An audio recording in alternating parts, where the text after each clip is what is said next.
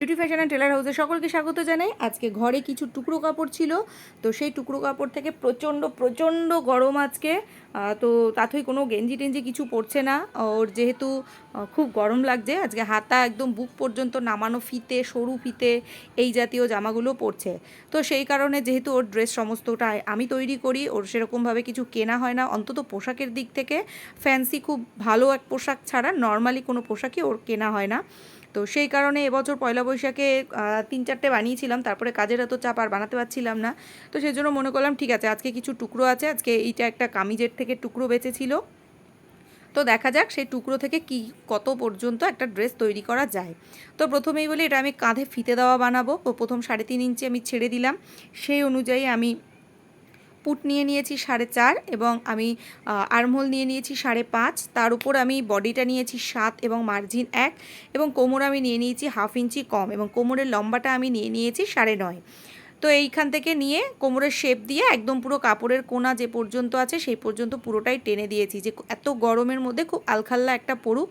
এবং ওর তো কোনো ড্রেসের সেরকম অর্থে কোনো অভাবই নেই, যখন তখন ইচ্ছা হলেই ওর জন্য ড্রেস বানানো হয়ে যায়। বিশেষত যদি এরকম কোনো কামিজের খুব ভালো নরম সুতির কাপড় থাকে, তো সেগুলো কাস্টমারেরও কিছু ফেরত তারা দিয়েও বা কী করবে, আর আমার ঘরেও ফালতু পড়ে থাকবে, ওর থেকে আমি সমস্ত তাঁতের বিভিন্ন ডিজাইনের ড্রেস বানিয়ে দিই।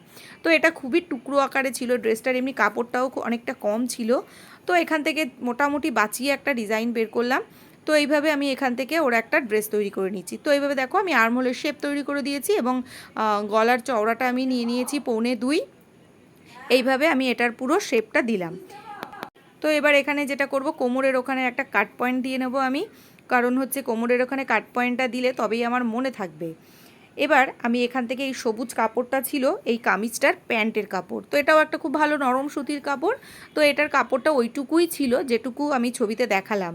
তো এবার ওইটা দিয়ে কী করি, তো সেটা দিয়ে ভাবলাম তাহলে পাইপিংটা দিই। তো এখানে আজকে এত পরিমাণ উড়োধুরো গরম, যে কারণে আমার মাথার ঠিক নেই।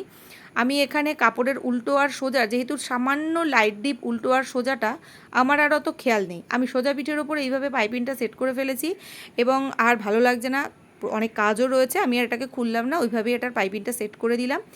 তো এবার হাতার সামনে যেটা রয়েছে, তো যেহেতু আমার এটা এইভাবে উল্টোভাবে সেট করা হয়েই গেল, তো আরেকটা পার্টে আর কী করি, সেটাকেও আমি ওইভাবে উল্টোভাবেই সেট করলাম।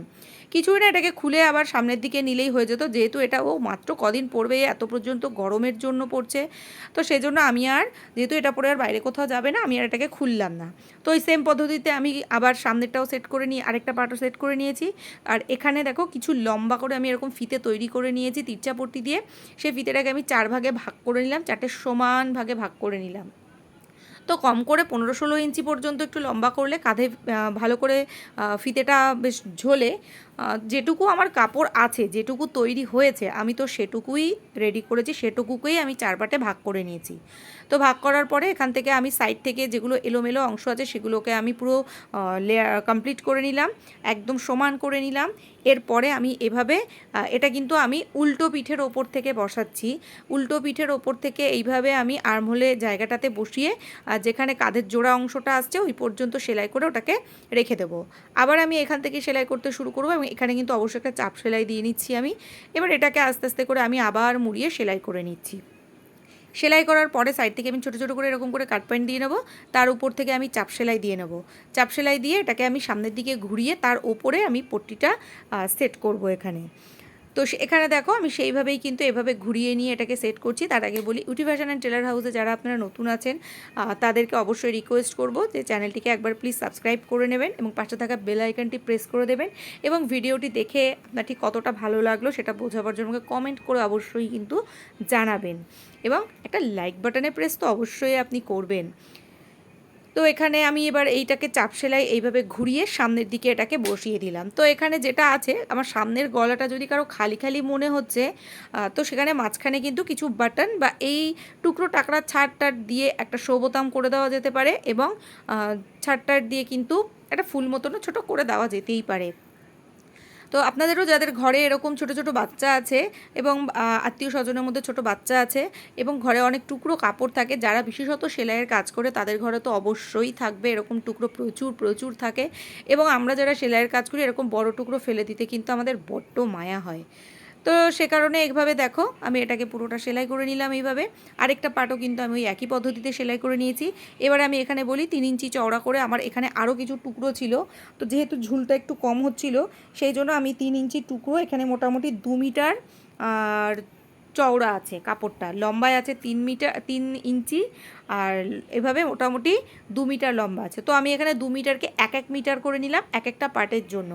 তো প্রথমে আমি নিচটাকে সরু করে মুড়ে নিয়েছি, তার উপরে আমি 1 মিটার লম্বা চওড়া যেটাকে নিলাম আমি এইভাবে ছোটো ছোটো ছোটো ছোটো করে কুচি দিয়ে দেবো। তো বাচ্চাদের কিন্তু ছোটো ছোটো ছোটো ছোটো এরকম কুচিগুলো কিন্তু ড্রেসগুলো পরতে যথেষ্টই ভালো লাগে, আর বাচ্চাদেরকে পরাতেও ভালো লাগে, বাচ্চারা নিজেরাও খুব এনজয় করে এরকম কুচিগুলো যখন ফ্লেয়ারভাবে নড়াচড়া করে। তো আমার তাথই তো খুবই পছন্দ করে এগুলো। এটাকে আমি কুচি করে দিলাম, কুচি করে দিয়ে আসলে এটার কোনো তৈরি করব কিভাবে তৈরি করব কোনো ডিজাইন প্ল্যান করা ছিল না।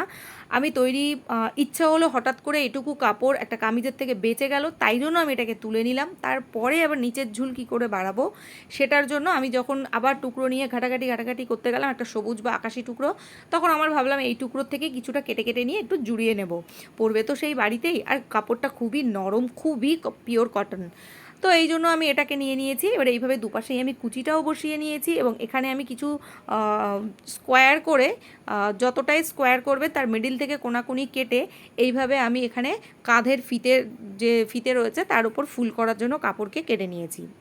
তো দেখো এইভাবে এরকম করে নিয়েছি, এর কিন্তু কোনো মাপঝাপ আমি রাখি না, যেভাবে যেখান থেকে যা কাপড় আমার বেরিয়ে যায় মোটামুটি চেষ্টা করি সেখান থেকে একটা এইভাবে ফুল বার করে নিতে। তবে অবশ্যই এই জাতীয় প্যাটার্নগুলোর একটা প্রপার প্রসেস আছে, যদি তো সেই প্রসেসগুলো তোমরা দেখতে চাও তাহলে অবশ্যই স্যাভি সুইং উইথ তানিয়া এই চ্যানেলটা একবার ফলো করতে পারো, ওখানে কিন্তু বাচ্চাদের বাদে আর যাবতীয় পোশাকের ভিডিও আপলোড করা হয়।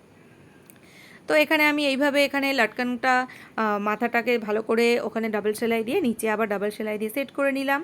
তো তোমাদের কেমন লাগছে বলো, টুকরো টাকরা দিয়ে ঘরে দিব্যি একটা সুন্দর পোশাক তৈরি করা হয়ে গেল। যদি ভালো লেগে থাকে তাহলে আমি আবারও মনে করিয়ে দিচ্ছি, ভুলবেন না যেন লাইক করবেন এবং কমেন্ট করে জানাতে ভুলবেন না তোমরা কে কে সেলাইয়ের কাজ করো, একটু জানিও, এবং তোমরা এই এক্সট্রা টুকরোগুলোকে কিভাবে ইউজ করো সেটাও কিন্তু অবশ্যই একটু কমেন্টে জানিও, একটু জানতে ইচ্ছে হয় কে কীভাবে এগুলোকে ব্যবহার করে। তো এবার দেখো সাইডের আমি যেভাবে মাপ নিয়েছিলাম, যেহেতু আমি এটাকে একদম ঘরে পরাবো খুবই ঢিলা ঢালা আলখাল্লা মতন, সেই জন্য কিন্তু আমি এখানে যেরকম 1 ইঞ্চি মার্জিন রেখেছিলাম সোজা 1 ইঞ্চি মার্জিন অনুযায়ী আমি কিন্তু এভাবে তৈরি করেছিলাম। তো তাঁতয়ের ফিটিংয়ের মাপ যেটা লাগে সেটা হচ্ছে 27 হলে তাঁতয়ের গায়ে একদম ঠিকঠাক হয়, আর টাইট ফিটিং করতে গেলে সেটাকে 26.5 করতে হয়। তো আমি এটাকে যেহেতু আলখাল্লা করবো সেজন্য আমি 28 এবং কোমরটা আমি এখানে 27 এখানে পুরোটা সেলাই করে নিয়েছি। তো দেখো তোমাদেরকে আমি মেপে আরেকবার দেখিয়ে দিচ্ছি মাপটা। আমার ঘরে একটু আলোরও অসুবিধা হচ্ছে কয়েকদিন ধরে, সেজন্য হয়তো আপনাদের একটু অসুবিধা হতে পারে, তো প্লিজ ক্ষমা করে দেবেন সে কারণে। এভাবে আমি ফিতেটা 3 ইঞ্চিতে বেঁধে নিচ্ছি, ফিতেটা 3 ইঞ্চিতে বেঁধে আপনাদেরকে সোজা করে আমি দেখাচ্ছি যে ড্রেসটা কেমন। এবং আবার বলি, বানানোর পরে কিন্তু তাঁতয়ের এটা এত পছন্দ হয়েছে তার বায়না তক্ষুনি সে পড়বে এবং তার ছবি তুলতে হবে, সেই জন্য কিন্তু আমি তার পরা ছবিটাও সঙ্গে দিয়ে দিলাম। তো তোমরা জানিও, অন্তত অ্যাটলিস্ট এটা জানিও তাথইকে পরে কেমন লাগছে। তো দেখো টোটাল ঝুল এসছে এটার 16.5, তো সামান্য একটু 19-20 হলে সেটাকে ফিতেটাকে আপ ডাউন করলে কিন্তু হয়েই যাবে। তো টাটা, সকলে ভালো থাকবে, দেখা হবে পরবর্তী ভিডিওতে।